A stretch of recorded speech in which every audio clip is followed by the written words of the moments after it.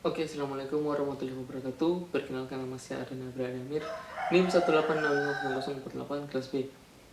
Pada kesempatan kali ini saya akan menjelaskan materi tentang rekayasa perangkat lunak. Oke, langsung saja.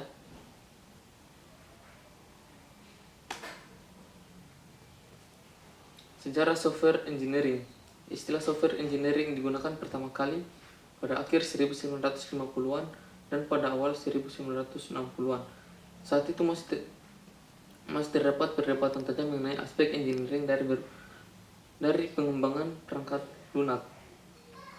Pada tahun 1968 dan 1969, Komite Sains NATO mensponsori dua konferensi tentang rekayasa perangkat lunak yang memberikan dampak kuat terhadap pengembangan rekayasa perangkat lunak. Banyak proyek yang gagal hingga masa ini disebut krisis perangkat lunak. Kasus kegagalan pengembangan perangkat lunak terjadi mulai dari proyek yang melebihi anggaran hingga kasus yang mengakibatkan kerusakan fisik dan kematian. Salah satu kasus yang terkenal antara lain meledaknya roket Ariane akibat kegagalan perangkat lunak. Selama bertahun-tahun para peneliti fokuskan usahanya untuk menemukan teknik jitu untuk memecahkan masalah krisis perangkat lunak. Berbagai teknik, metode, alat, proses diciptakan dan diklaim sebagai senjata pamungkas untuk memecahkan kasus ini, mulai dari pemrograman terstruktur, pemrograman berorientasi objek, perangkat pembantu, pengembangan perangkat lunak atau biasa disebut case tools, berbagai standar, UML hingga metode formal dianggap sebagai senjata pamungkas untuk menghasilkan software yang benar, sesuai anggaran dan tepat waktu. Pada tahun 1987, Fred Brooks menulis artikel No Silver Bullet yang berposisi bahwa tidak ada satu teknologi atau praktik yang sanggup mencapai 10 kali lipat perbaikan dalam produktivitas pengembangan perangkat lunak dalam tempo 10 tahun. Sebagian berpendapat No Silver Bullet berarti profesi rekayasa perangkat lunak dianggap telah gagal, namun sebagian yang justru beranggapan hal ini menandakan bahwa bidang profesi rekayasa perangkat lunak telah cukup matang, karena dalam bidang profesi lainnya pun tidak ada teknik pamungkas yang dapat digunakan dalam berbagai kondisi. Oke, pengertian dasar. Pengertian rekayasa perangkat lunak sendiri adalah suatu disiplin ilmu yang membahas semua aspek produksi perangkat lunak, mulai dari tahap awal yaitu analisa kebutuhan pengguna, menentukan spesifikasi dari kebutuhan pengguna, desain, pengkodean, menguji sampai pemeliharaan sistem setelah digunakan.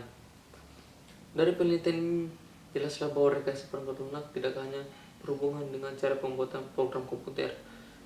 Pernyataan semua aspek produksi pada pengertian sebelumnya mempunyai arti semua hal yang berhubungan dengan proses produksi seperti manajemen proyek, penentuan personil, anggaran biaya, metode, jadwal, kualitas, sampai dengan pelatihan pengguna merupakan bagian dari rekayasa perangkat lunak. Perangkat lunak atau software.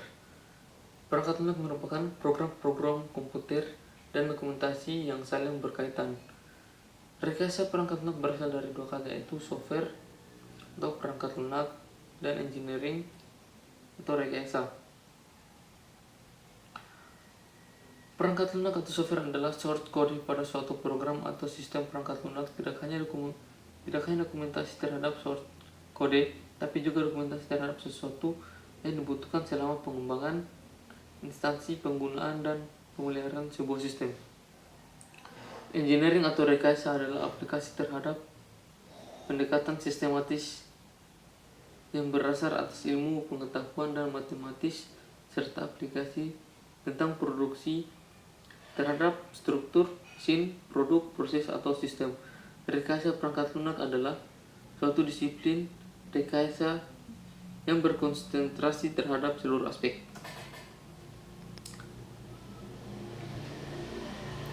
Ruang lingkup rekayasa perangkat lunak atau software engineering. Rekayasa perangkat lunak telah berkembang sejak pertama kali diciptakan pada tahun 1940-an hingga kini. Fokus utama pengembangannya adalah untuk mengembangkan praktik dan teknologi untuk meningkatkan produktivitas para praktisi pengembang perangkat lunak dan kualitas aplikasi dapat digunakan oleh pemakai. Tujuan rekayasa perangkat lunak. Tujuan dari rekayasa perangkat lunak ada 3. Yang pertama yaitu menghasilkan perangkat lunak yang berkualitas, menghasilkan perangkat lunak yang efisien, serta menghasilkan perangkat lunak tepat waktu. Faktor-faktor melatar belakangi munculnya rekayasa perangkat lunak. Yang pertama yaitu ketidakmampuan organisasi memprediksi waktu, usaha, dan biaya untuk membangun perangkat lunak. Perubahan nisba atau rasio biaya perangkat lunak terhadap harga perangkat lunak, kemajuan pasar perangkat keras, kemajuan dalam teknik-teknik pembuatan perangkat lunak, tuntutan yang lebih tinggi terhadap jumlah perangkat lunak, tuntutan yang lebih tinggi terhadap bentuk perangkat lunak, serta meningkatnya peran pemeliharaan. Sifat dan karakteristik software. Software merupakan elemen sistem logik dan bukan elemen sistem fisik seperti hardware. Elemen itu tidak aus tetapi bisa rusak. Elemen software itu direkayasa atau dikembangkan dan bukan dibuat di pabrik seperti hardware. Yang terakhir itu hardware dan software. Yang pertama itu manufacture first out build using components, relatively simple, dan software yaitu developed atau engineered, deteriorated, custom built atau kompleks. Oke, tipe-tipe software. Sistem software. Sekumpulan program yang ditulis untuk melayani atau menunjang program lainnya seperti compiler, editor, utility, sistem operasi, driver, dan prosesor telekomunikasi. Selanjutnya itu application software. Program standalone yang digunakan untuk menyelesaikan kebutuhan bisnis tertentu seperti aplikasi untuk memfasilitasi kegiatan bisnis atau pembuatan keputusan teknik atau manajemen, explain of cell transient processing, real-time manufacturing, process control.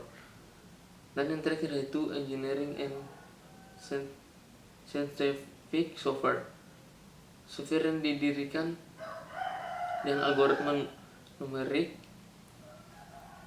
Aplikasinya berkisar dari astronomi sampai vulkanologi, analisis otonomi sampai dinamika orbit ruang angkasa. Software ini banyak digunakan dalam bidang engineering dan sains, contoh CAD atau biasa disebut komputer aided design, simulasi sistem. Oke, mungkin saja dapat saya sampaikan. Mudah-mudahan kurang mohon dimaafkan. Wabillahi taufiq wal hidayah. Assalamualaikum warahmatullahi wabarakatuh.